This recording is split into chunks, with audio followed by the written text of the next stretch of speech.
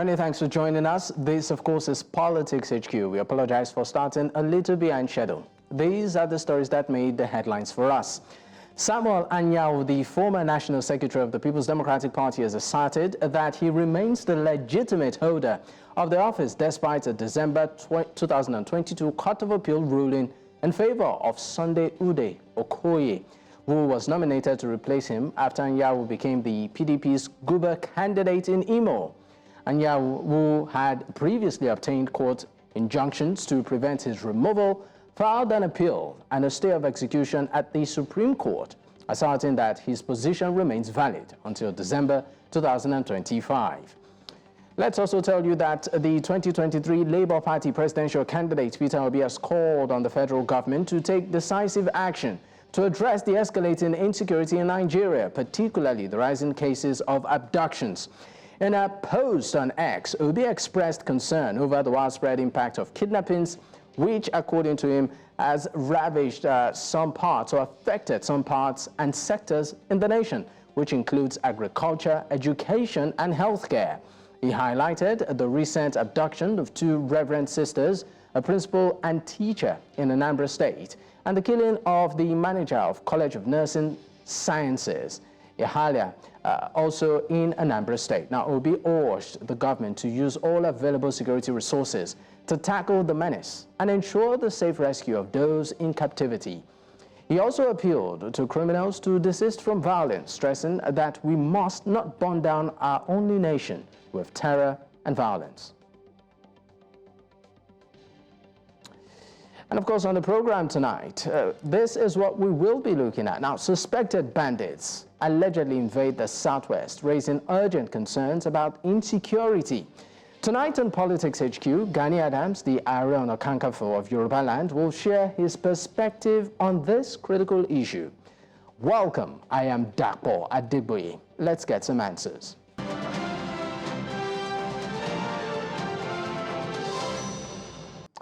Security in Nigeria's southwest region has become a significant concern in recent years. Now, the region has faced various security challenges, including terrorism, banditry, armed robbery, kidnapping, and farmer-herders clashes. The Western Nigeria Security Network, codenamed Operation Amotekun, was established in 2020 by the 6 state governors of the southwestern states. The outfit is responsible for curbing insecurity in the region and is composed of local hunters, the Oodua Peoples Congress, that's the OPC, Agbekoya, Nigeria Security and Civil Defense Corps, and vigilante groups. Now, despite the initiative, controversy as regards the operation of Amotekun has been credited with helping to reduce crime in the region. The outfit has also been involved in settling disputes between herders and farmers, which has helped to reduce tensions and promote peace in the region. And of course, interestingly too, in spite of all of these efforts, there has been concerns lately as regards insecurity in this region. And of course, some of these concerns was recently raised by the Oyo State Governor, where he noted that bandits running from the northwestern region are headed towards the southwestern zone. And for that reason, he has prompted that drastic steps need to be taken. Well, joining me on the program today to discuss security concerns around the southwest is Gani Adams. He's the Aare on Kakanfo of Yorubaland, and he's also the national coordinator of the Oodua Peoples Congress. He joins me virtually from Lagos. Thank you for your time, sir. All right. If you can hear me, sir, I would like to make reference to a statement which was released by your special assistant on media, Mr. Kende Aderemi, where you urged Southwestern governors not to ignore warnings, insisting that insecurity has become a major issue, not just in the Southwestern region, but in the country. Permit me to read a part of that statement. He said the alarm raised by Governor Seyi Makinde of Oyo State was a wake-up call for all the governors in the Southwest. I raised similar alarm last year, and nothing was done. And it is sad that up to this present time, nothing has really changed. except that insecurity is increasing by the day. I would like you to speak on this. How dire is the security situation in Nigeria's southwest? Last 1 year, we realized that the security situation in the southwest have reduced to a certain extent. The only thing we witness is the issue of kidnapping, thefts, and few robbery incidents. But the governor of Oyo State raised an alarm 5 days ago. Raised an alarm 5 days ago that some bandits have invaded Oyo State's territory as a result of the operation from the Nigerian force to the northwest against the bandits. So we have to issue statement on that regard. We have to issue statement regarding that to warn the criminal element to desist and attempting invading southwest. That we use everything at our disposal to defend southwest. For the past 7 years, we know the casualty level that we have passed through from these elements. And we won't fold our arms and allow any criminal element to disturb the peace and tranquility that we have been enjoying for the past 1 year. So we requested that the entire Southwest government should make sure they prepare themselves to secure their states. And if necessary, they need our assistance. We are ready to collaborate with them. Not only organization, OPC as an organization. There was a platform that was funded by relevant groups on security in Southwest. We call it Southwest Security Stakeholder Groups. This platform was an alliance of about 13 different organizations to assist the Southwest government and Yorubaland to reduce the issue of insecurity in the Southwest. So we have already told the Southwest governors that we are ready to assist them on that regard to make sure that the criminal element that is suspected invade the Southwest will be flushed out. If they need our assistance, we'll collaborate with them. All right, just to give a bit of perspective and of course clarity as regards the insecurity situation in the Southwest, can you be more specific? What kind of threats are we looking at? Chief executive officers, chief security officers of the state raised an alarm. It's a serious threat to the state. Not only the state, it's the serious threat to the entire Southwest as a zone. And anything that happens into the Southwest will affect Nigeria drastically because Southwest is the economic hub of the entire nation. And at the same time, the media presence of Nigeria, 80% of media presence is in Southwest. So anything that happens that we did not need the bulb, it will affect the entire country. And don't forget that the geographical spread of Oyo State is like about 40 to 50% of the geographical spread of the Southwest. So, and we realize that part of Oyo State link the North. I'm talking of Okeogun. Okeogun link the Niger states. And there was a road from part of Ibarapa to Okeogun that we heard that the criminal herders can use from the northwest to move to Oyo State within a period of 5 days. So when the governor of Oyo State raised the alarm, we could not doubt it because we know that it's easy from the herders to move into the southwest through Oyo State. And a majority of security threats that come from the criminal herders and the bandits for the past 10 years, about 60 to 70% come from the Oyo State. So we don't want to express that kind of ugly incident anymore. And as the Aare Kakanfo of Yorubaland, I have to raise my voice and prepare the mind of the Yoruba people that the problem we thought we have solved is smoking out again. We should prepare. Not only on Oyo State governor alone, the entire Southwest should buckle up about it. Because we know what happened in Ekiti State. Early last year, we lost 3 monarchs in Ekiti State. And we know what have happened in Oodua State. We lost a monarch in Ifon, and there was an attack on Catholic Church in Nowo.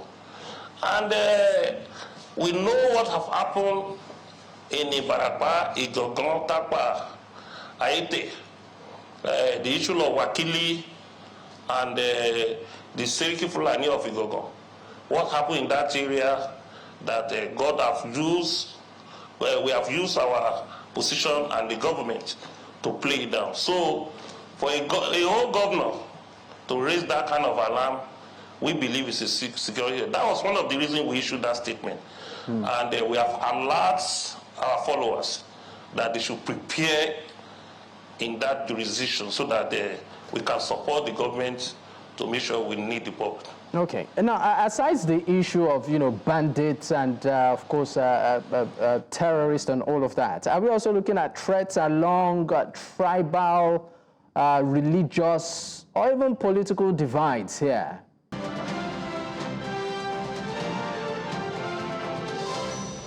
Okay, I believe maybe you didn't get my question. I said aside the issue of bandits and the issue of a terrorist, are we looking at threats along religious, tribal, or political divides here? The issue the governor raised is not about tribe and religion. It's an issue of threat that is coming from the northwest, from the bandits. And from our own investigation, we realized the governor is right.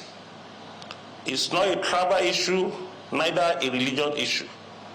It's as a result of the way Nigerian Army and the Air Force smoked them out of the northwest, and they are trying to move to the southwest. And anywhere you allow them to stay, to move to, they will start the security threats. And one of the problems we are having, we realize that anywhere there is a viable, solid mineral, there are always security threats from the bandits. And the issue of Zamfara crisis is about Zamfara goods. And for you to have this kind of problem in the northwest is as a result of different solid mineral potentials in that area. The problem in Borno State is as a result of solid mineral too. When they realize that they have done enough in the northeast, which is Borno State, they move to the northwest. And even solid mineral, when you are talking of solid mineral, Oyo State has potentials of solid mineral, especially Okeogun and Ibarapa. From the research of the people that know much how to discover solid mineral, anywhere there is a rock, there is tendency to have a potential solid mineral in that area.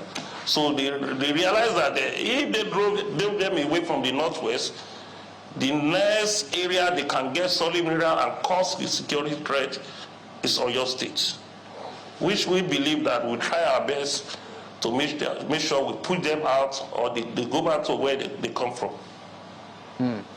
All right, Mr. Gani Adams, at this point, we will go on a quick break. When we return, of course, we'll pick up on other issues. Do stay with us. We'll be right back.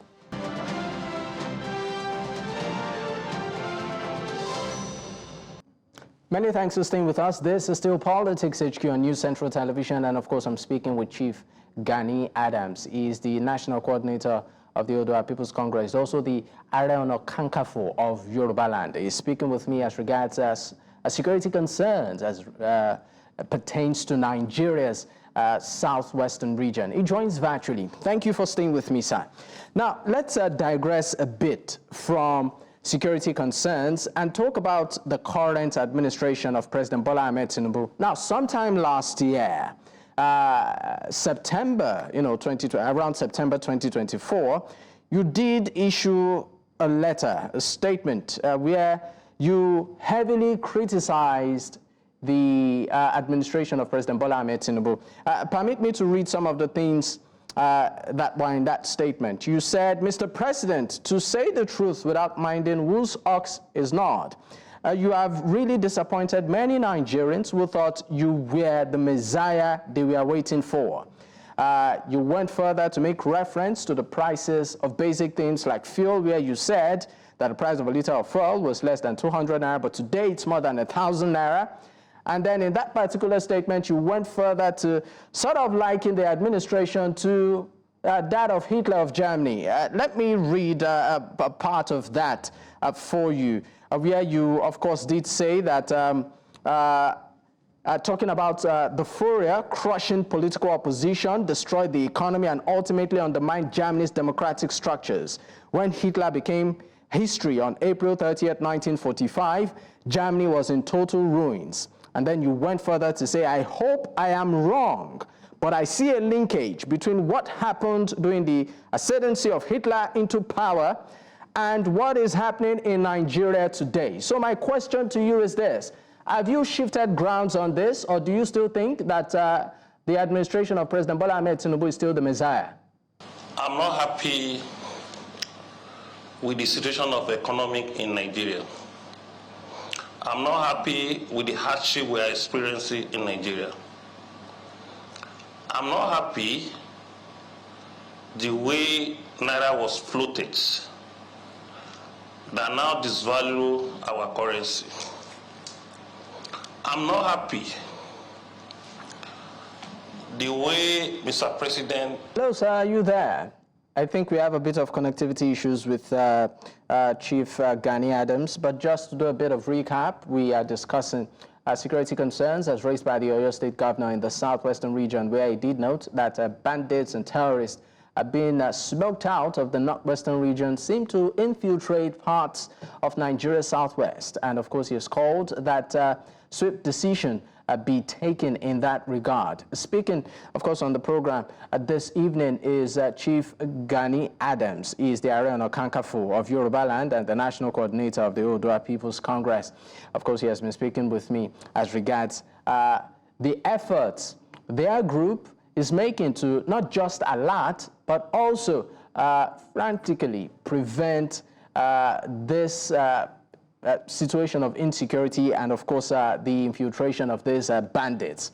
Well, it's still Politics HQ at this time, and we'll go on another break. When we return, of course, the show continues. Stay with us. Many thanks for staying with us. Of course, this is still Politics HQ on News Central Television, and we are talking about some security concerns that has been raised across some parts of the southwest in Nigeria. I still have with me the Aare Kakanfo of Yorubaland and the National Coordinator of the Oodua Peoples Congress, Chief Gani Adams, who, of course, is joining me virtually. Thank you for staying with me, sir. We seem to have lost you while you are responding to what you think of the administration of President Bola Ahmed Tinubu, which you in one of your statements thought would be the Messiah. And then I asked, do you still think that this administration is the Messiah for Nigerians? The letter I wrote was as a result of my position from the time the president was sworn in as the president of the Federal Republic of Nigeria. And honestly speaking, I was not happy the way President removed subsidy totally, because from the history of Nigeria, I've never seen a president that just came to power in the day of inauguration and announced that he removed subsidies totally. And the hardship that followed that policy statement brought hardship to everyone, not only Nigerians, even I that wrote that letter. And I thought that letter is a letter of complaint to the Mr. President, because I've both written 2 letters to him without response. Secondly, the issue of multi-taxation. Multi-taxation affects the economy of the nation and ordinary Nigerians. The issue of increasing electricity, about 300%. The federal institution on education, most of the universities, that brilliant students believe that they should get an admission to the higher institution so that they can pay less and attain their education. The price was increased. And even importation. The importation cost from the ports was so high, so that, and it affected most of Nigerians that want to import goods to Nigerians, and even those who want to export. So I decided to write that letter, not to embarrass Mr. President, to exercise my opinion, so that it can be on history. And the issue of Hitler, you read out from the statement, it's not as if I call Mr. President and Hitler. What I said is that the way Hitler destroyed the economy of Germany, Germany bounced back after a period of 25 to 30 years and became the 4th strong economic nation in the world and 4th best economic nation in Europe. So given an excuse that Jonathan came to destroy the economy, that was the reason that you can't meet up. Buhari came to come and to destroy the economy, that's why you couldn't perform. We believe it's not enough excuse for someone who promised that they will deliver the dividends of democracy to Nigeria. That was the summary of my letter. Okay. Because a lot of people, some people called me that, you call it, no. I did not call him Hitler. I watched documentary of Hitler for 3 times. Okay. Okay, at this point, if you can hear me, sir, we would need to go on a break. Once we definitely return, we'll definitely pick up. Do stay with us.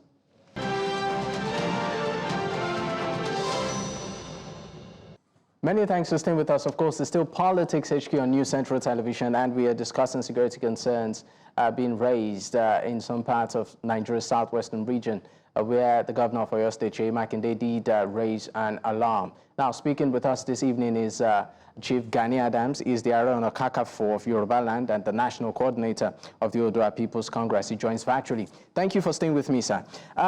Let me, of course, I mean, you have explained to a very large extent before we went on that break the context or the content of that letter. But let's digress a bit. And let me ask you directly, sir, how would you describe your relationship with Yoruba agitator Sunday Igboho?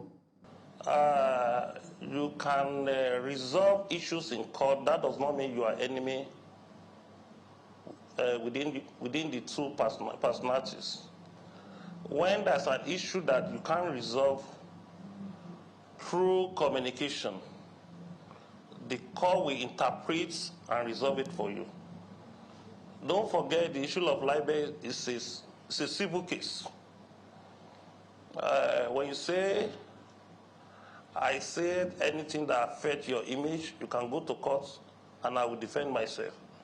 And when I realized that you are the one who even dent my image, that brings the conversation between I and my friend out to the public, I will raise it in the court.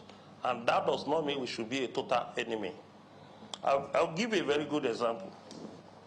Most of the people in the PDP before have taken their step to court, but they now realign to be a members of APC when they decamp. There is no permanent enemy in politics. There's no permanent enemy in politics, and there's no permanent friends. So anything that happened between me and Sunday Igboho is as a result of just looking for a court to interpret who is right or wrong. It's not as if that it's an issue of enmity between me and him. Aare will not fight his subjects. Aare will not fight like an animal, wounded lion to his subject. You may disagree, you will resolve. So we still have a cordial relationship. All right, great. Before, of course, we wrap up this interview, let's go back to the issue of security and look at the role of the Amotekun Corps vis-a-vis, organizations like the OPC. What is the relationship like, and what collaborations are there to further enhance security in the Southwest?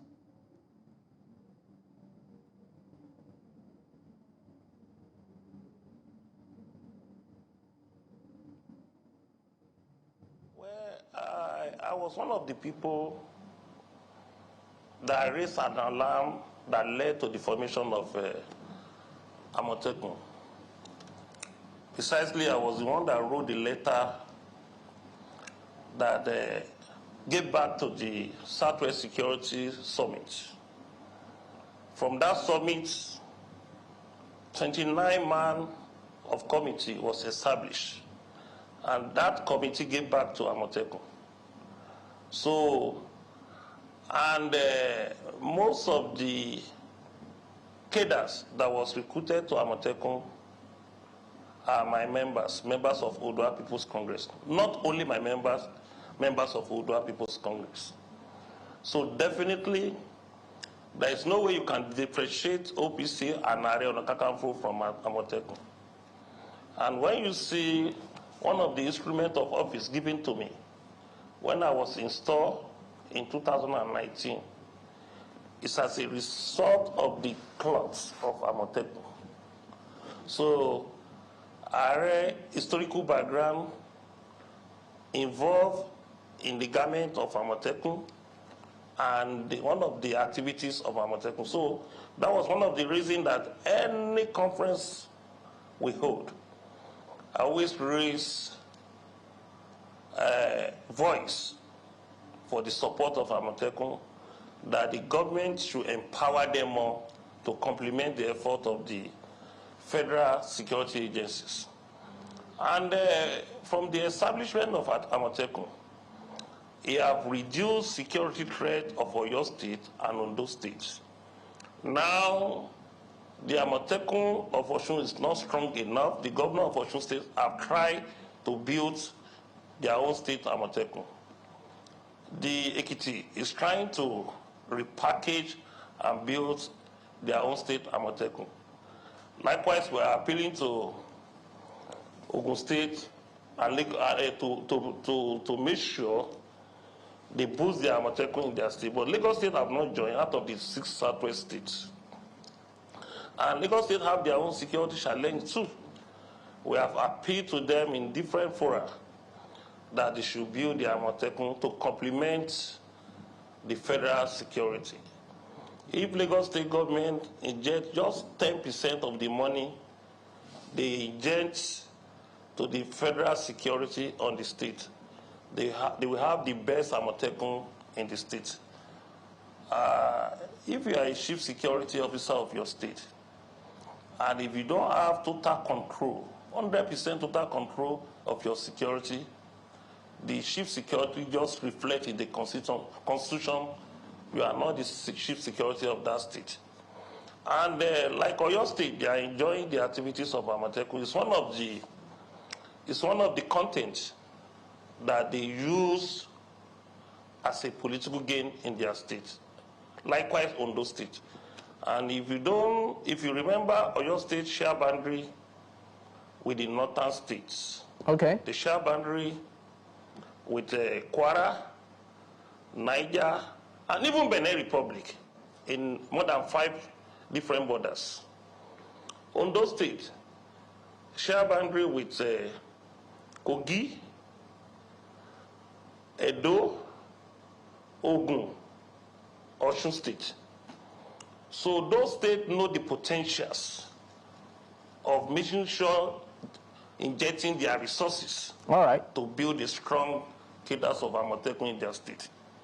But the Ekiti State is another strategic state that share boundary with Osun, Kwara, Kogi, and Ondo State. We are appealing to the state government to make sure they work on the Amotekun, because the sad news that happened in Ekiti last year was so painful. In Yorubaland, we don't toy with the interests of our royal fathers. Chief Gani Adams, I'm sorry, but we really need to go. I sincerely apologize. My producers are saying that we really need to go, but we thank you so much for your time on the program today. Of course, I've been speaking with Chief Gani Adams. He's the Aare or Kakanfo of Yorubaland and the national coordinator of the Oodua Peoples Congress. Once again, I'd like to say a big thank you, sir, for your time on the program. It's been a great one. Well, that's a wrap on today's episode of the program. But in case you missed out, you can actually catch up on our YouTube platform. That's at News Central TV. You can also choose to follow us across social media with the same handle on your screen there, News Central TV. You can choose to follow me personally at Dakbo, at Digboye. Until I come your way again, good night.